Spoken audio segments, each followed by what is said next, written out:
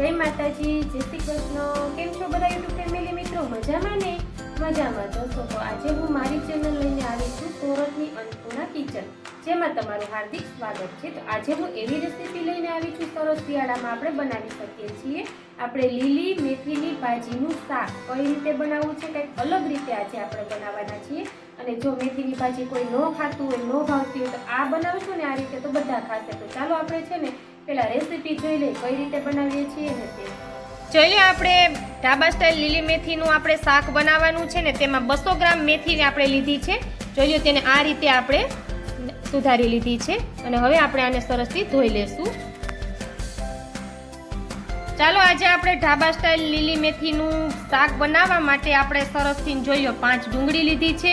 ડુંગળીને આપણે ઝીણી સાવ સમારી લેવાની છે। તો ચાલો આપણે એ પ્રોસેસ કરી લઈએ। આપણે 3 ટમેટા લીધા છે લીલી મેથીનું શાક બનાવવા માટે, એને આપણે સરસથી ગ્રેવી કરવાની છે। આપણે લીલા 3 મરચાં લીધા છે તેને અને આપણે અડધા ઇંચ જેટલું જોઈ લો આદુનો કટકો લીધો છે। આપણે બે વસ્તુને આપણે ખાયણી વડે ખાંડી નાખવાનું છે। જોઈ લો આજે આપણે ઢાબા સ્ટાઇલ લીલી મેથીનું શાક બનાવવાનું છે ને તેમાં જોઈ લો આપણે આટલી આપણે ડાળિયાની દાળ આવે ને તે લીધી છે। 2 ચમચી આપણે તલ લીધા છે અને આપણે 2 થી 3 ચમચી જેટલા આપણે શેકેલા મગફળીના બી લીધા છે। તો આપણે આ ત્રણેય વસ્તુને મિક્સ કરીને આપણે મિક્સર જારમાં 2-3 ચક્કર મારીને સરસથી આપણે લોટ થઈ જાય ત્યાં સુધી દળી લેવાની છે। આજે આપણે કંઈક અલગથી આપણે ઢાબા સ્ટાઇલ લીલી મેથીનું શાક બનાવવાનું છે, તો સરસથી તમે રેસીપી જોજો। ત્યાર પછી આપણે 7 થી 8 કળી લસણની લીધી છે, તેને આ રીતે આપણે નાના નાના પીસ કરી લીધા છે, જે આપણે સરસથી લીલી મેથીનું શાક વઘારવામાં ઉપયોગ કરવાનો છે। ત્યાર પછી આપણે 1 ચમચી આખું જીરું લીધું છે, તેને પણ વઘારમાં એડ કરવાનું છે।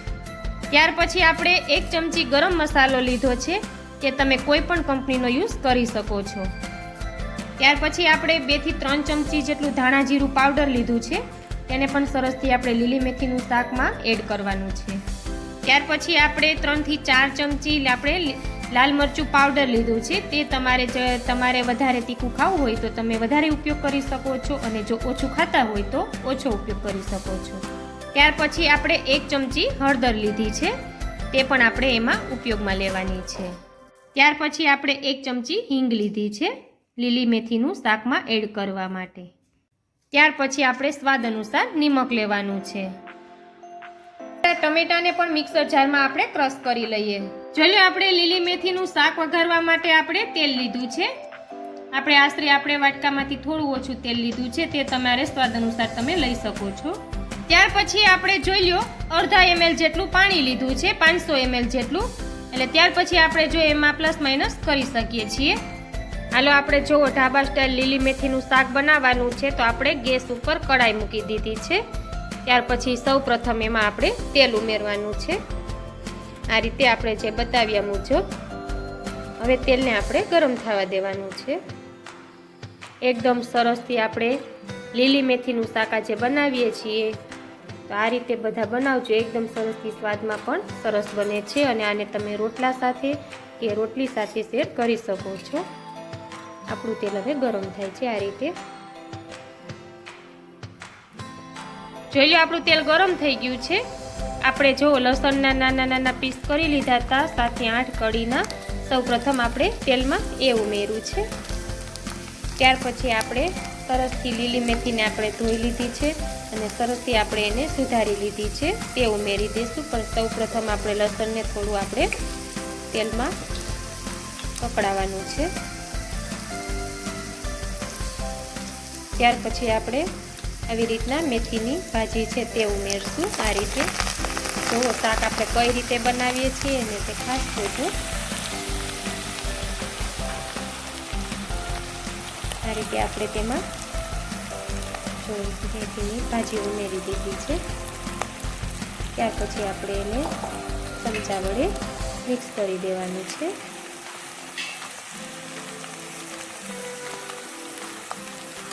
સરસથી આપણે એને મિક્સ કરી દીધું છે। આપણે આ લીલી મેથીને સરસથી ફ્રાય કરીએ છીએ તેલમાં લસણ એડ કરીને। આપણે હવે આ લીલી મેથીને સરસથી તેલમાં ફ્રાય કરી લીધી છે। હવે આપણે એને એક વાસણમાં બહાર કાઢી લેશું। ત્યાર પછી આપણે ગ્રેવીને વઘાર કરવાનો છે। જો આ રીતે આપણે એને તેલમાં લસણ નાખી અને સરસથી આપણે એને ફ્રાય કરી લીધી છે. જો આપણે હવે લીલી મેથી ફ્રાય થઈ ગઈ છે, ત્યાર પછી પાછી કઢાઈ આપણે ગેસ ઉપર એડ કરી દીધી છે, તેમાં તેલ ઉમેર્યું છે અને હવે આપણે છે ને બધી ગ્રેવીનો વઘાર કરવાનો છે. આજે તમે રેસીપી જોજો, સરસથી ડબલ વઘાર થશે, પણ એકદમ સરસથી ઢાબા સ્ટાઇલ આપણે લીલી મેથીનું શાક બનાવીએ છીએ. બધાને ભાવે તેવું અને વિટામિનથી ભરપૂર, કેમ કે લીલોતરી શાકભાજીમાં આપણે બધા વિટામિન મળે જ છે અને તેથી આ રીતે બનાવજો. અને જો કોઈને મેથીની ભાજી ના ભાવતી હોય તો આ રીતે તમે બનાવશો ને તો જરૂરથી તેને પણ ભાવશે. તો આપણે હવે તેલને ગરમ થવા દેશું, ત્યાર પછી આપણે બધી ગ્રેવીને એડ કરીને સરસથી વઘાર કરશું. જો આપણું તેલ ગરમ થઈ ગયું છે, સૌપ્રથમ આપણે આખું જીરું જે 1 ચમચી લીધું છે તે એડ કરી દીધું છે. હવે આપણે બધી ગ્રેવીનો વઘાર કરશું. ત્યાર પછી જો આપણે ડુંગળીને કટકી કરી છે ને તેને એડ કરી છે. આ રીતે હવે આપણે ડુંગળીને સરસથી તેલમાં સાતળી લેવાની છે.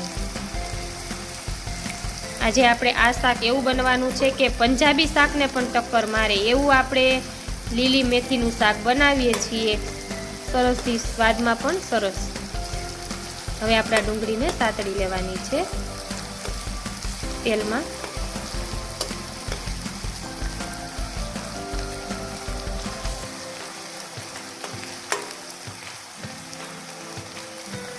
આપણી ડુંગળી જ્યાં સુધી બદામી કલર ના થાય ત્યાં સુધી આપણે એને તેલમાં સાતળવાની છે.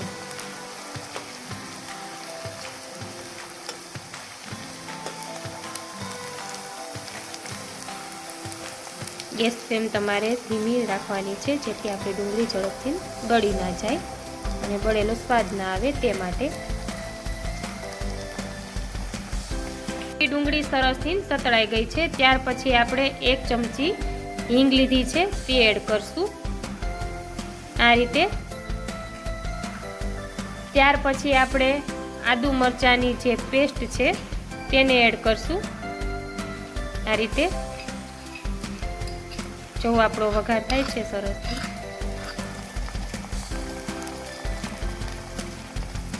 આદુ મરચાંની પેસ્ટ આપણે એમાં ઉમેરી દીધી છે. હવે આપણે સરસથી મિક્સ કરી લઈશું.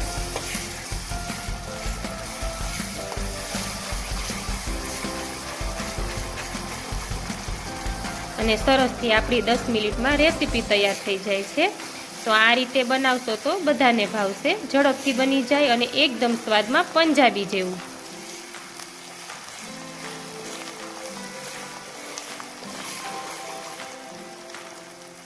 આપણે સરસથી હવે આદુ મરચાંની પેસ્ટ આમાં એડ કરી દીધી, તે સતળાઈ ગઈ છે અને ડુંગળી સતળાઈ ગઈ છે સરસથી. જો તમે જોઈ શકો છો તેલમાં કલર પણ ચેન્જ થઈ ગયો છે. ત્યાર પછી આપણે લાલ મરચું પાવડર લીધું છે તેને એડ કરશું આ રીતે. ત્યાર પછી આપણે 1 ચમચી જે હળદર લીધી છે તેને એડ કરશું. ત્યાર પછી આપણે ધાણા જીરું પાવડર લીધું છે તેને એડ કરશું. ત્યાર પછી આપણે 1 ચમચી ગરમ મસાલો જે લીધો છે તેને એડ કરશું આ રીતે. અને ત્યાર પછી સેજ પાણી એડ કરશું, જેથી આપણો મસાલો બળી ના જાય તે માટે. પાણી એડ કરવાથી આપણો મસાલો બળતો નથી, એટલે આપણે થોડું પાણી એડ કર્યું છે. ત્યાર પછી બધું હવે મિક્સ કરી દેશું આ રીતે.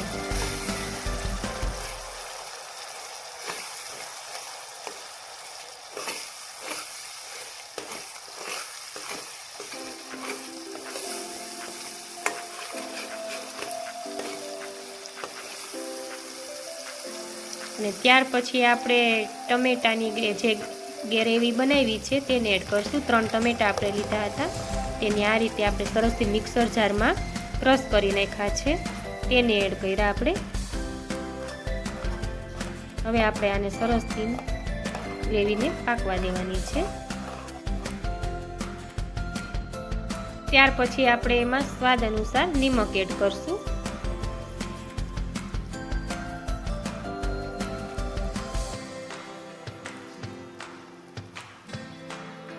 અને ત્યાર પછી આપણે જે તલ છે, શેકેલા આપણે મગફળીના બી છે, અને આપણે જે ડાળિયાની દાળને જે આપણે મિક્સરમાં ક્રશ કરી નાખી છે ને તેને એડ કરશું. જો આ રીતે આપણે 3 વસ્તુને મિક્સરમાં ક્રશ કરી નાખી હતી. એકદમ સરસથી આપણે ઘટ બને આપણે મેથીનું શાક, તે માટે ચાલો આપણે સરસથી એમાં એડ કરી દીધું છે. હવે આપણે એને મિક્સ કરી દઈશું.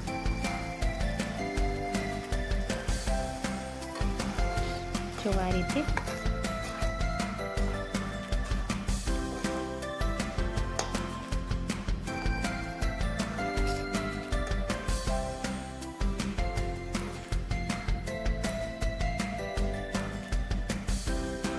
આ રીતે શાક બનાવશો ને બધાને ભાવશે.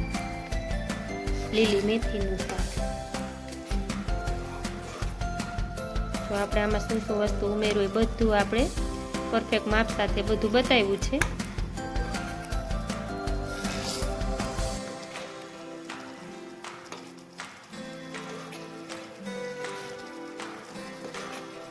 ઘટ થઈ ગઈ છે આપણી ગ્રેવી, બધું એડ થયું છે એટલે.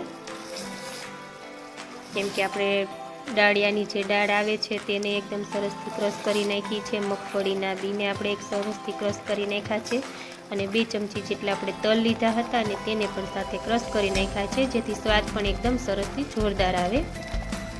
જો આપણે આને હવે એકદમ પાકવા દેવાની છે ગ્રેવીને, જ્યાં સુધી આપણું આની અંદરથી તેલ છૂટું ના પડે ત્યાં સુધી. આપણે સરસથી તેલ છૂટું પડી ગયું છે. હવે જે આપણે સાતડી લીધી છે ને આપણે તેલમાં લીલી મેથીને, તેને આની અંદર એડ કરશું. જોઈ લો આ રીતે સરસથી લસણથી આપણે સરસથી ફ્રાય કરી લીધી છે ને તે મેથીને સરસથી બધું મિક્સ કરી દઈશું. જો આ રીતે આપણે સરસથી એની અંદર મિક્સ કરી દઈશું. તમે જોઈ શકો છો આપણે લીલી મેથીનું શાક કેવું સરસ લાગે છે અને ખાવામાં પણ સરસથી પંજાબી જેવો સ્વાદ આવે છે. જોઈ લો આ રીતે બધા બનાવજો, જરૂરથી બધાને ભાવશે. કેમ કે આપણે એને ડબલ વઘારથી બનાવવાનું છે આજે ઢાબા સ્ટાઇલ લીલી મેથીનું શાક. સુગંધ પણ સરસથી અત્યારે આવે છે. જોયું આજે આપણે સરસથી ઢાબા સ્ટાઇલ લીલી મેથીનું શાક બનાવ્યું છે. તેની અંદર આપણે બધી વસ્તુ ઉમેરી છે. આપણે જો શેકેલા માંડવીના બી ઉમેર્યા છે, પછી ડાળિયાની દાળ ઉમેરી છે, તલ ઉમેર્યા છે, ડુંગળી, લસણ, મરચાં અને સરસથી ટમેટા બધું સરસથી એડ કરીને આપણે ડબલ વઘાર કરીને આજે જોઈ લો આ રીતે આપણે બનાવી છે લીલી મેથીનું શાક. તો જરૂરથી આ રીતે જોવો, હું તમને ડિસ્ક્રિપ્શનમાં લિંક મોકલી દઉં છું. આ રીતે ફૂલ રેસીપીની જરૂરથી બનાવજો, જેથી સરસથી પંજાબીને ટક્કર મારે એવી સરસથી ઢાબા સ્ટાઇલ લીલી મેથીનું શાક તૈયાર થઈ જશે. જોઈ લો આપણે સરસથી લીલી મેથીનું શાક બની ગયું છે. આપણે એક ડીશમાં એડ કરી દીધું છે આ રીતે. તો દેખીતા તમને સરસથી લાગે છે ને, સરસથી આપણે આજે ઢાબા સ્ટાઇલ લીલી મેથીનું શાક બનાવ્યું છે. જોઈ આપણે એકદમ સરસથી લીલી મેથીનું શાક તૈયાર થઈ ગયું છે.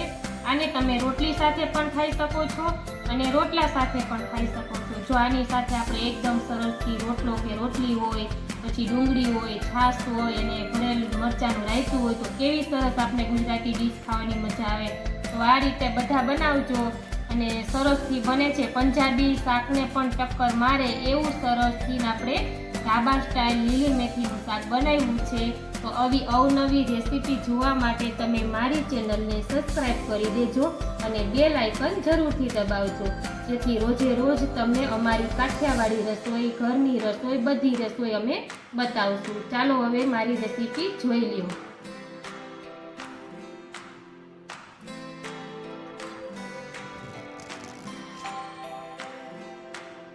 જો આપણે તમે જોઈ લીધું કઈ રીતે બનાવ્યું છે તે.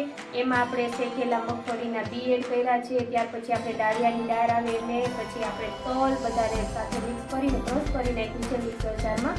અને આ રીતે તમે લીલી મેથીની ભાજીનું શાક બનાવશો ને એટલે તમને પંજાબી શાકને પણ ટક્કર મારે એવું સરસ થઈને ભાવશે અને મજા જ આવશે ખાવાની. બાળકોને પણ ભાવશે. એ રીતે તમારી મેથીની ભાજી બધા ખાશે. કેમ કે સરસથી તમે એને રોટલા સાથે પણ શેર કરી શકો છો અને રોટલી સાથે પણ શેર કરી શકો છો. અને શિયાળામાં સ્પેશિયલ વાનગી બને છે આપણે આ મેથીની ભાજીનું શાક. તમે ઘરમાં મેથીની ભાજી હોય અને અને શાકની ઝંઝટ હોય તો તમે ઝડપથી 10 મિનિટમાં સરસથી તૈયાર થઈ જાય છે આ. તો જરૂરથી તમે આ રીતે મારી રેસીપી જોઈને લીલી મેથીની ભાજીનું શાક બનાવજો. બધાને ભાવશે, જે પંજાબી શાક ખાતા હોય ને તેવી ફિલિંગ સાથે. તો ચાલો, તમે આખી રેસીપી જોઈ લીધી છે તે માટે તમને બધાને થેન્ક યુ. આપણે આવતીકાલે મળશું કંઈક નવી રેસીપી સાથે, કંઈક નવા વિડીયામાં. જય માતાજી, જય શ્રી કૃષ્ણ.